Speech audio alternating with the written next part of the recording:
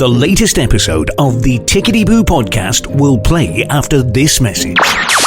If you or someone close to you needs to access mental health support, please contact your GP, or if it's out with normal office hours, get in touch with NHS 24 on 111. Alternatively, contact the Samaritans on 116 123. All calls are free of charge from any phone. You can also find more support information on the Tickety Boo website, ticketyboopodcast.co.uk. And now, ladies and gentlemen, Put your thumbs up and say it's Tickety Boo. Tickety Boo. Tickety boo, tickety boo, everything's tickety boo. Tickety Boo, son. Tickety Boo. Tickety boo. Hi there. This is Tickety Boo, the podcast that aims to be very candid about the anxieties and traumas we all experience. The podcast that says it's okay not to feel okay. There is no health without mental health. At the end of the day, we get one shot at life. And anything we want to achieve requires a level of physical and mental well-being. My name's Diggy Jackson. As always, I'm in conversation with therapist Andy Griffiths. And very shortly, he'll be guiding us through the second episode of our two-part special devoted to exercise, diet, mindset, sleep, and routine. Now, before we tick off the last remaining items on that good mental health checklist, let's briefly remind ourselves of two very important basics. Number one, personal responsibility. For anybody right now listening to this that's struggling, we have to take personal responsibility for our mental health. Nobody else can do it for us. There isn't a magic pill. There isn't a wand that can be waved. We have to go, enough. And we have to start doing things to make changes. And that's going to take a bit of effort. We can get help, but bottom line, we need to take responsibility. And basic number two, motivation. We can't bottle motivation. Motivation is not something you have more than I do. How does motivation turn up? We start by doing something. The weird thing is, I go out running a couple of times a week. Do I feel motivated to do it? No. I just do it because I know it's good for my mental health. Weirdly, when I start doing it, motivation starts to turn up. But if you wait for motivation, you will procrastinate. Motivation turns up when you take action, so action leads to motivation. Waking up today and saying, I'm no longer happy living my life like this, I want it to change, will create motivation. So, we've decided to take responsibility for our own mental well-being, and we're going to motivate ourselves into action. Let's now recap on our discussion topics last time around here on Tickety Boo. Exercise gets our brain firing off feel-good chemicals. If your diet's not right, then nothing is. It's that simple. Nutrition is a key factor in improving your overall health. Without the correct mindset, everything is just harder. Picking up where we left off, let's look at the importance of sleep when it comes to successfully dealing with anxiety or depression. Somebody who's struggling with mental health is going to bed with a lot on their mind. When we go to sleep, our subconscious, unconscious mind is trying to resolve emotions and thoughts from the previous days. People that ruminate and catastrophize have got a lot of data spinning around. I call them anxiety loops, these cognitive loops of thought, feelings, emotions kind of running around in their head. And our minds are trying to resolve that, but you want to go to sleep. And when sleep is eluding you, you begin to worry about it. So it eludes you even more, and down that rabbit hole you go. And when we've done it for quite a long time, it almost becomes a habit, a negative behaviour pattern of there's this expectation that I'll not get to sleep or I'll not get a good night's sleep. So a few things that you can do is, one, choose a time in the evening when that's the wind down towards sleep. If you're planning to go to sleep at 10:30, don't be, doing your work or running around at 100 mile an hour till 10 o'clock at night. Agree a point in the evening that's going to be the wind down. What we're doing is we're setting up indicators to the brain. We're now getting ready for sleep mode. Yeah, so I'm not doing anything that's too mentally taxing. I'll create a quick list of things I need to do tomorrow. So I've brain dumped, I've offloaded things, so I'm not going to bed with that on my mind. Electronic devices, get them away from you. Almost all electronic devices emit some level of radiation, which will have an adverse effect on the quality of your sleep.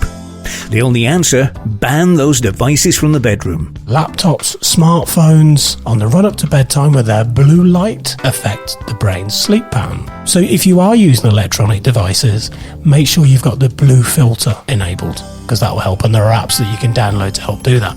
Turn notifications off on your phone a couple of hours before you go to bed. You think about it, 9:30, you're getting yourself into that sleep mode, and ping, a WhatsApp or an email comes in from a family member or a colleague, and it starts this process of thought off that tomorrow you're going to have to deal with something, so your brain's already running it through. So move your phone away from your bed. How many people charge their mobile phone up on the bedside table next to them? Get it out of the room or on the other side of the room. Move your phone charger and keep your bedroom fairly cool. The lower the temperature, the easier sleep is. Turn the thermostat down in the bedroom so it's just a bit cooler than the rest of the house, because that will aid sleep. And as you head towards bedtime, it's also important to wind down from your day. I talk to some of my clients and they have a strategy at 9 o'clock. They go upstairs, they get out of the work clothes, they've got the house coat on, maybe their PJs. Indication to the brain. Sleep cycle. This is the start of it. Okay, what if you do all of that? You fall asleep quickly and easily, but then you wake up at 3 a.m. Bing! What do you do in that situation? What's the best strategy there? Stay in bed or get up? What I would say to you is, if you are struggling with sleep right now, the worst thing that you can do is lie in your bed and try and wrestle yourself to go to sleep. What I've noticed is, if I'm struggling to get to sleep, I get up, I'll go downstairs. I'll normally try and do something a bit boring. Because I'll say to the brain, we've got two choices. We can either go to sleep or we can do this boring thing. I've been known in the early hours of the morning to be sat there looking at a spreadsheet for my tax return, and the brain's gone, really? So I want the incentive of sleep to be more inspiring than I've gone downstairs and stuck on a box set that I really like. Again, everyone is slightly different, so you've got to find what works for you. Be consistent with it. Don't just do it one day a week, because let's be honest, if your sleep's not right, nothing is. A good night's sleep can fix a lot of stuff. And on to the final topic in our two-part Tickety-Boo special, the importance of routine. Without routine, we have chaos. And we've seen that in the world when our routine was removed from us from certain things that have been going on, but we're creatures of habit. And a sound routine will have a significant impact on your mental health. Having no routine is more draining and more physically taxing and emotional taxing than you could ever imagine. It creates stress, it affects our sleep, we get a bad diet because we don't have time to prepare good healthy food, we don't look after our physical health, and our time management is hellish. The truth is that a good daily schedule is a blueprint for good mental health. So, exercise, diet, mindset, sleep, and routine. The Big Five. All are equally important when it comes to keeping you in tip-top condition. Ignore them at your peril. Here's the reality. Without doing all of these things and having some kind of balance, you're not going to have purpose in your life. You're going to procrastinate, you're going to lack motivation, and you're not going to manage your time properly. You're going to eat badly, you're going to feel like crap. And the only person who can do something about it is you. I can shine a light on it and go, this is the stuff you need to be looking at, but I can't do it for you. And for a large portion of my life, I was waiting for somebody to come along and sort that stuff out for me. And guess what? Nobody did. So you may be sitting there listening to this going, diet, exercise, sleep, routine, how can these help my mental health? You'd be surprised of the impact that they will have on your life right now. Taking some form of action is the only answer in this situation. But there is further help at hand. If you head over to the Tickety-Boo podcast website, on the free stuff pages, we have the 7 ways to live a happier life PDF that you can download, and I go into a lot more detail in each area. And that's it for this episode. Next time on Tickety-Boo. And as you focus on that point on your hand, just take a nice deep breath all the way in, and then all the way out. And again, just take another nice deep breath all the way in, and all the way out. And as you breathe out, just allow those eyes to close down. That's right. If you have any questions, suggestions, stories, or helpful information, or if you have a media request, please contact us via email on hello@tickety-boo-podcast.co.uk. That's hello@tickety-boo-podcast.co.uk. If you've been affected by any of the topics in this episode of Tickety Boo and you'd like to access mental health support, please in the first instance call your GP.